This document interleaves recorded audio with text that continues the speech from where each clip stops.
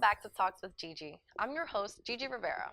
Just a bit over a month ago, a mass shooting occurred at Marjorie Stoneman Douglas High School in Parkland, Florida. The shooter was identified as 19-year-old Nicholas Cruz, who happened to be a former student. Leaving 17 dead and more than 10 injured, this tragedy was one of the world's deadliest school massacres.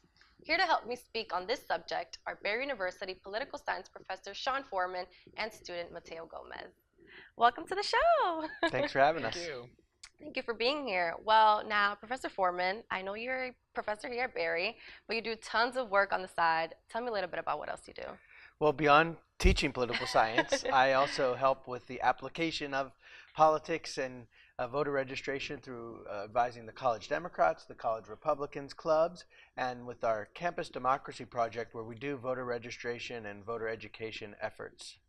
And Mateo, I know you're involved in the political world yourself. Tell me a little bit about what you do. Well, a couple of the things I do currently is working for a judge right now for her campaign in 2018. And I've also worked with many judges. I'm more into the judicial system currently. Nice, nice. Now, when you guys both first heard about this shooting in Parkland, what were your reactions? What were your thoughts? What was going through your head? Yeah, well, I got a news alert, like many of us probably did, about that incident on Valentine's Day. And at first I thought, oh, gee, just another school shooting. It's terrible to have that thought, but we're sort of immune to this happening too often. Right. But then as I thought about it a little bit more, knowing it was close to home, I had a feeling that this would lead to bigger political impact because what happens in Florida grabs the national headlines, and Parkland is an affluent community, and I had a feeling that those people were going to be a little more vocal than we've seen in the past. Now, Mateo, as a student, do you think that students from grade levels K to 12, do you think this is a mindset that they should be prepared for school shootings, that they should just be basically used to it? This is something that should totally not be. I remember during Code Reds in school, that used to be, okay, just like another fire drill. It used to be another way to skip class or just to ignore whatever or avoid a test potentially.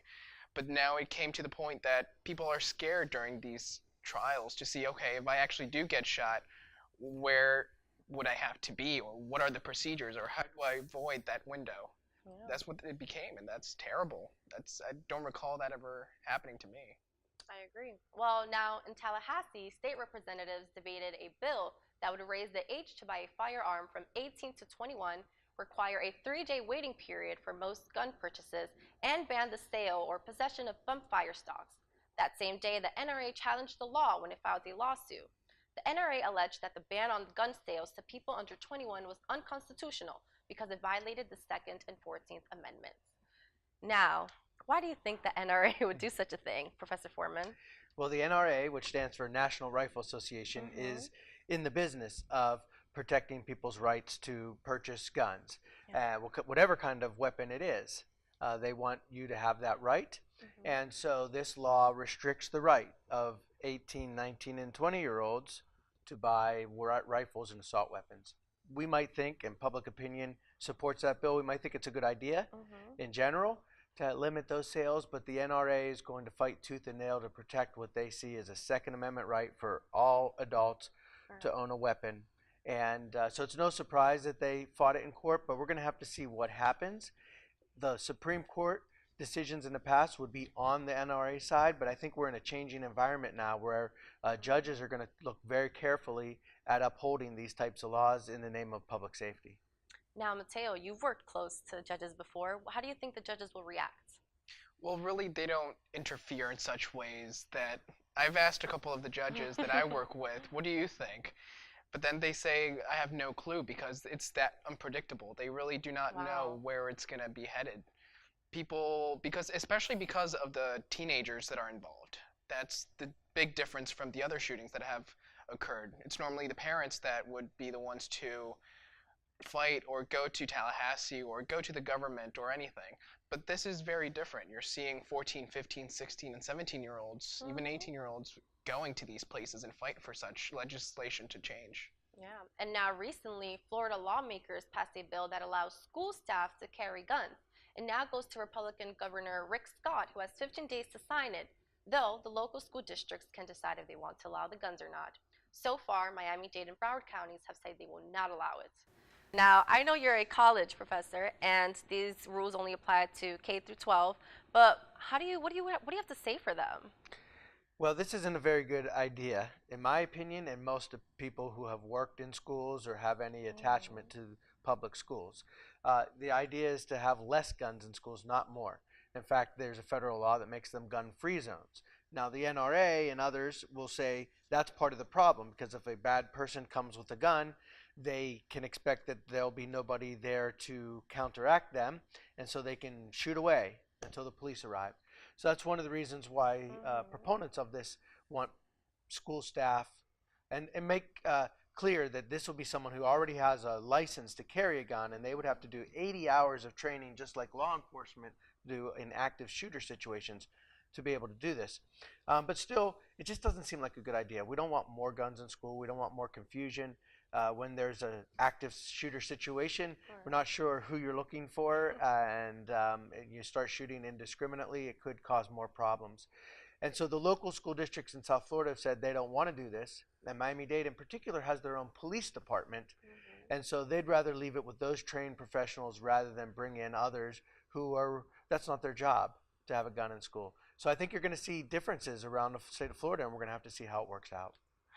And now, Mateo, how comfortable would you be with a teacher having a gun? Well, it would be probably one of the worst decisions, because I wouldn't.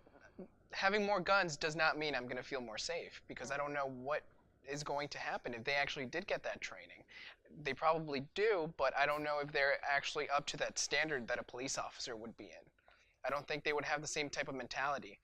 And plus, you don't know if when there's an active shooter, like you said, who are they going to aim at? They don't know who specifically to look for.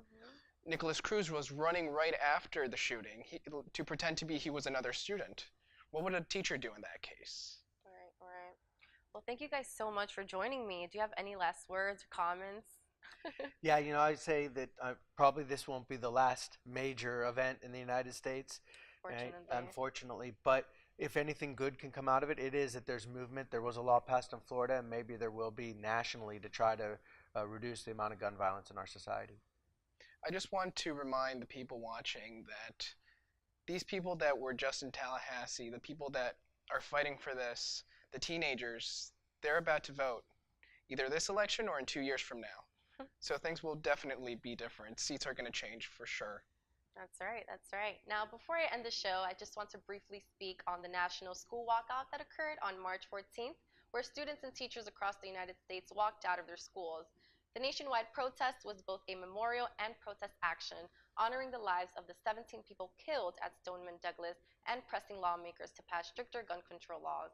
And I just want to give a huge shout out to all of the students and teachers who participated, and especially my hometown high school, North Bergen High School.